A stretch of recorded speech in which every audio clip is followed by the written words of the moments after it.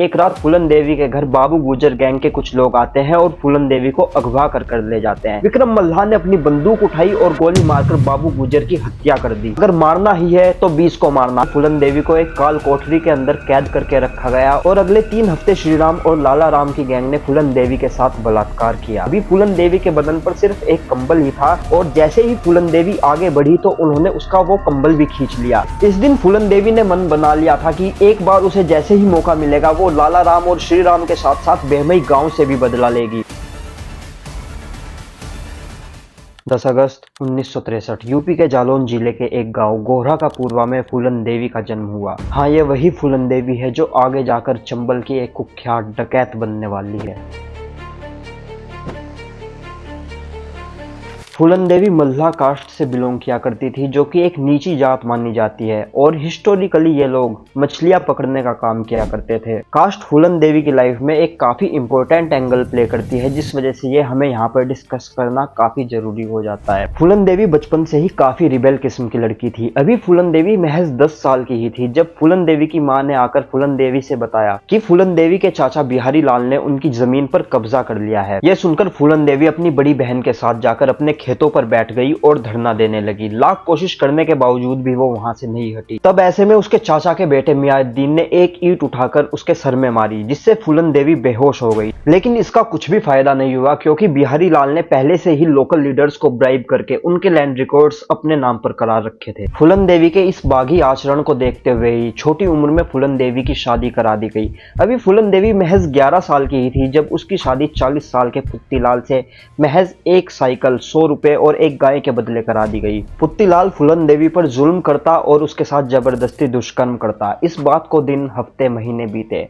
और एक दिन फूलन देवी पुत्तीलाल का घर छोड़कर वापस अपने मायके आ गई। मगर फूलन के घर वालों को फूलन की यह हरकत हरगिज पसंद नहीं आई। उनको लगा कि गांव में उनकी इस हरकत की वजह से नाक कट गई है। इवन फूलन की मां ने तो यहाँ तक बोल दिया कि वो उनके परिवार पर कलंक है, उसको या तो यमुना में डूबकर या किसी कुएं में कूदकर उसकी जान ले लेनी चाहिए। इसके बाद फूलन देवी को वापस पुत्तीलाल के घर छोड़ दिया गया। अब फूलन देवी जब पुत्तीलाल के घर पहुंची तो पुत्तीलाल ऑलरेडी तीसरी शादी कर चुका था और अब पुत्तीलाल और उसकी तीसरी बीवी ने मिलकर फूलन देवी के साथ मारपीट की और फूलन देवी को उसके सभी सामान के साथ वापस उसके मायके छोड़ दिया गया। और अब फूलन देवी के वापस मायके आने के बाद फूलन देवी के गांव के लोग फूलन देवी को एक बदचलन औरत समझने लगे और फूलन देवी के गांव के लोगों की बुरी नजर फूलन देवी के ऊपर आ गई। ऐसे में एक दिन सरपंच के बेटे ने फूलन देवी के साथ जबरदस्ती करने की कोशिश की। ओए, कहाँ जा रही है इतनी सज धज के?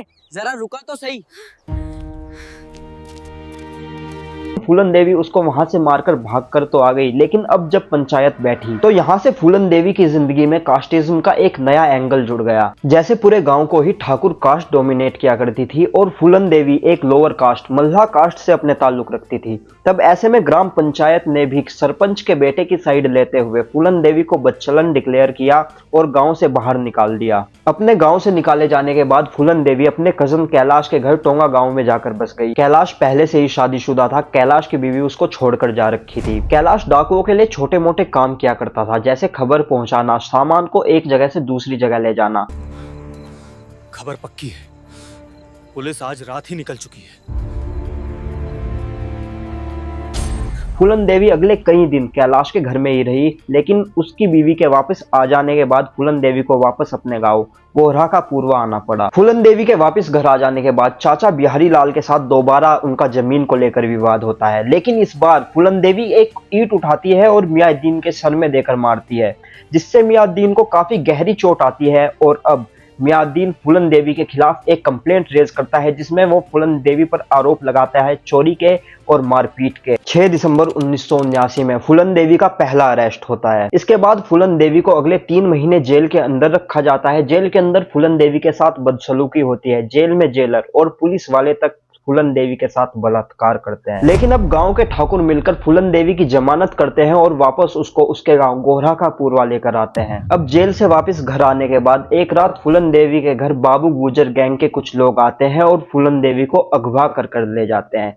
यहाँ पर कुछ लोग बोलते हैं कि फूलन देवी खुद ही जाकर डाकुओं के साथ मिल गई थी और कुछ सोर्सेज ये भी बताते हैं कि ठाकुरों ने फूलन देवी की जमानत इसलिए ही कराई थी ताकि आगे जाकर उसको डाकुओं को बेचा जा सके। खैर, अभी के समय बाबू गुजर गैंग के 2 मुखिया थे। पहला बाबू गुजर खुद जो कि ठाकुर कास्ट से बिलोंग करता था और फूलन के रूप पर मोहित था। दूसरा था विक्रम मल्लाह, जो कि फूलन देवी के खुद की कास्ट से बिलोंग करता था और फूलन देवी के ऊपर पास्ट में हुए अत्याचारों के बारे में जानता था, जिस वजह से उसके मन में कहीं ना कहीं फूलन के लिए एक सॉफ्ट कॉर्नर था। बाबू गुजर फूलन देवी पर लगातार अत्याचार किया करता, जो बात विक्रम मल्लाह को बिल्कुल पसंद नहीं थी। एक बार जब बाबू गुजर ने फूलन देवी के साथ 72 घंटों तक लगातार बलात्कार किया तो ये बात विक्रम मल्लाह को बिल्कुल पसंद नहीं आई।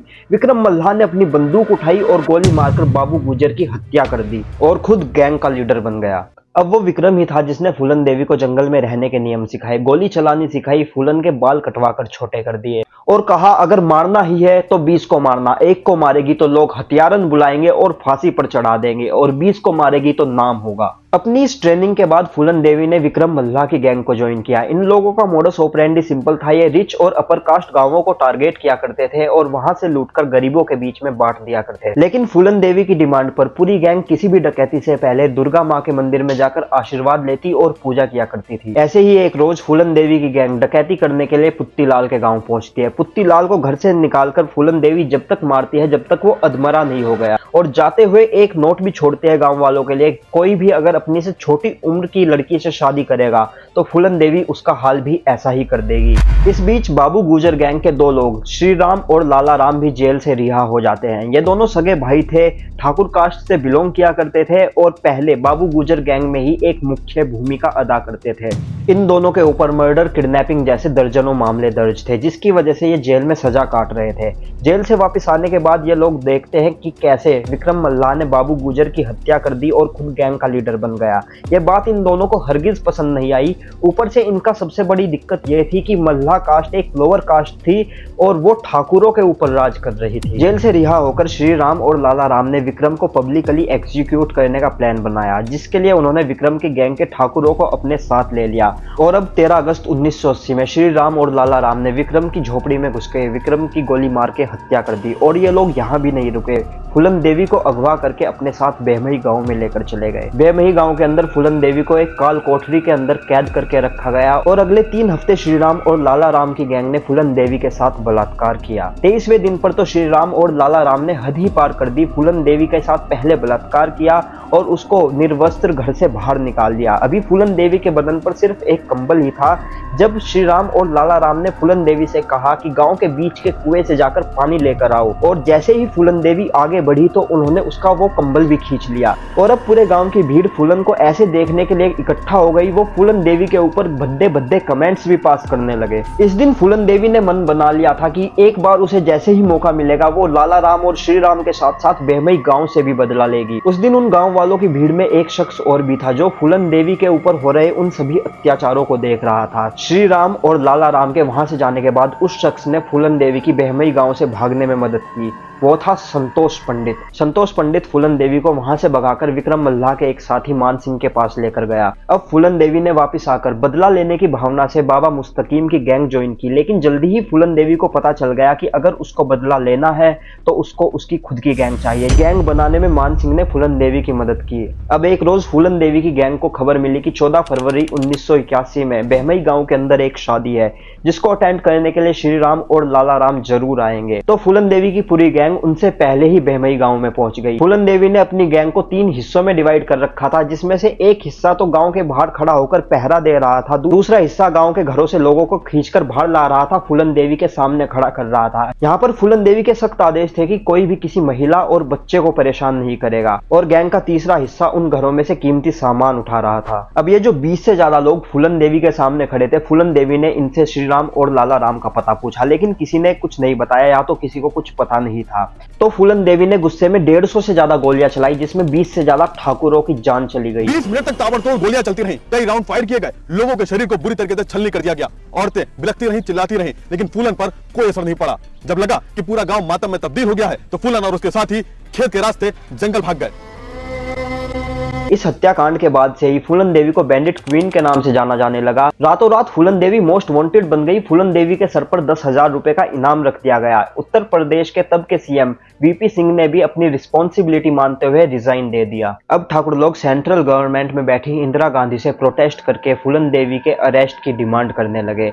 इससे इंदिरा गांधी के ऊपर भी काफी प्रेशर आ चुका था, कहीं ये चीज जातीय हिंसा ना बढ़ा दे। उस समय फूलन देवी की गैंग यूपी और एमपी के कुछ हिस्सों में एक्टिव थी, जिस वजह से इन दोनों ही राज्य सरकारों पर काफी ज्यादा दबाव था फूलन देवी को अरेस्ट करने का या उससे सरेंडर कराने का। फूलन देवी से सरेंडर कराने के लिए मध्य प्रदेश के उस समय के सीएम अर्जुन सिंह ने भिंड जिले के एसपी राजेंद्र चतुर्वेदी को अपॉइंट किया। राजेंद्र चतुर्वेदी डाकू मान सिंह के थ्रू फूलन देवी से मिले। फूलन देवी से जब वो मिले तो फूलन देवी ने अपने हाथों से चाय बनाकर राजेंद्र चतुर्वेदी को पिलाई। लेकिन जब राजेंद्र ने सरेंडर की बात फूलन से की तो फूलन देवी भड़क गई और बोली कि मैं फूलन देवी हूं और मैं चाहूं तो मैं अभी तुम्हारी गोली मार के हत्या कर सकती हूं। मगर राजेंद्र चतुर्वेदी के बार बार प्रयास करने के बाद फूलन देवी सरेंडर के लिए मान जाती है। लेकिन अब फूलन देवी को सिर्फ एक डर सता रहा था, कहीं सरेंडर करने के बाद फूलन देवी की हत्या ना कर दी जाए, जिसका आश्वासन देते हुए राजेंद्र सिंह फूलन देवी से बताते हैं कि उनका सरेंडर सीएम के सामने होगा और अगर वो चाहे तो उनकी गैंग का कोई मेंबर जाकर सीएम से मिल भी सकता है। सरेंडर से पहले फूलन देवी ने सरकार से कुछ शर्तें रखी,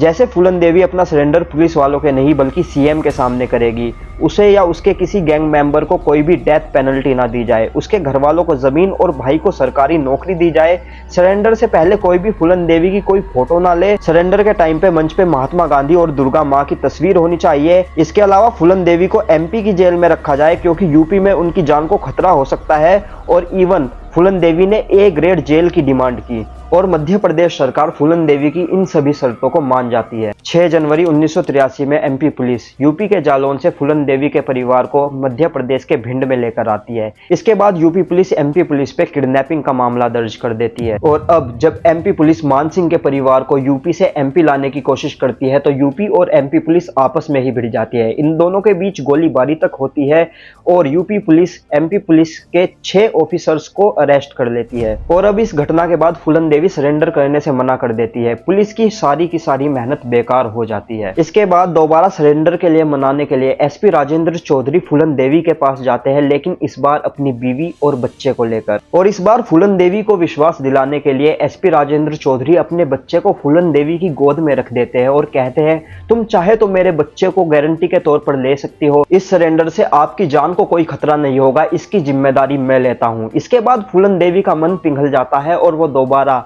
सरेंडर करने का मन बना लेती है। अब 12 फरवरी 1983 में फूलन देवी फाइनली सरेंडर करने के लिए आती है। फूलन देवी को देखने के लिए 8,000 लोग और मीडिया खड़ी हुई थी। जैसे ही फूलन देवी पहुंचती है तो एक रिपोर्टर फूलन देवी की फोटो क्लिक करने की कोशिश करता है तो फूलन देवी उसके गाल पर जमकर एक तमाचा मारती है और अपनी बंदूक उठाकर मंच की तरफ बढ़ने लगती है। अब जैसे ही फूलन देवी मंच पर पहुंचती है वो अपनी बंदूक उठाकर अपने माथे से लगाकर सीएम के पैरों में छोड़ देती है। सरेंडर के समय फूलन देवी के ऊपर किडनैपिंग और मर्डर जैसे 48 अन्य मामले दर्ज थे और एमपी सरकार ने भी फूलन देवी से 8 साल जेल में रखने का वादा किया था, लेकिन फूलन देवी 11 साल तक जेल में रही और जेल के अंदर ही फूलन देवी पेट के अंदर 2 ट्यूमर और ट्यूबरक्लोसिस से डायग्नोस हुई। जेल के अंदर ही फूलन देवी का ट्रीटमेंट हुआ और उनकी कंसेंट के बिना उनका ऑपरेशन कर दिया गया और उस ऑपरेशन के बाद फूलन देवी कभी मां नहीं बन सकती थी। साल 1994 में अपने पॉलिटिकल फायदे के लिए यूपी के सीएम मुलायम सिंह यादव ने फूलन देवी के ऊपर सभी चार्जेस को हटा दिया और उसको समाजवादी पार्टी ज्वाइन करा दी। फूलन देवी ने भी अपनी जिंदगी को एक नए सिरे से शुरू करने के लिए उन्मेद सिंह नाम के एक व्यक्ति से शादी कर ली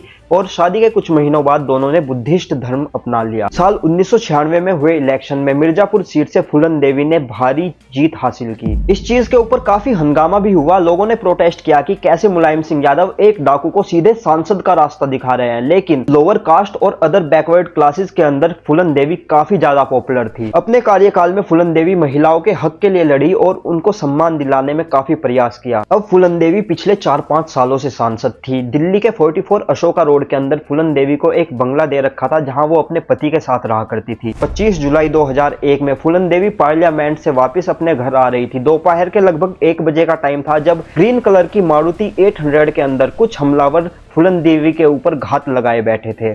जैसे ही फूलन देवी अपने घर के बाहर उतरी, उन 3 हमलावरों ने फूलन देवी के ऊपर गोलियां दाग दी फूलन देवी को जल्दी ही लोहिया हॉस्पिटल ले जाया गया, लेकिन डॉक्टरों ने उनको वहां पर on the spot dead declare कर दिया। पुलिस को भी ये ग्रीन मारुति 2 पिस्तौल्स के साथ पंडित पंत मार्ग से बरामद हो गई और अभी पुलिस इस मामले की तफ्तीश में लगी ही थी जब शेर सिंह राणा नाम के एक व्यक्ति ने खुद सामने आकर इस मामले की जिम्मेदारी लेते हुए सरेंडर किया और इसके पीछे उसने कारण बताया बेहमई हत्याकांड। खैर 2014 में शेर सिंह राणा को गिल्टी मानते हुए कोर्ट ने उसको लाइफ इम्प्रिजनमेंट की सजा दी। बड़ी खबर, फूलन देवी हत्याकांड में पटियाला हाउस कोर्ट के फैसले को लेकर आरोपी शेर सिंह राणा को उम्र कैद की सजा दी गई है। लेकिन 2016 में दिल्ली हाई कोर्ट से मिली बेल पर शेर सिंह राणा बाहर आ गया।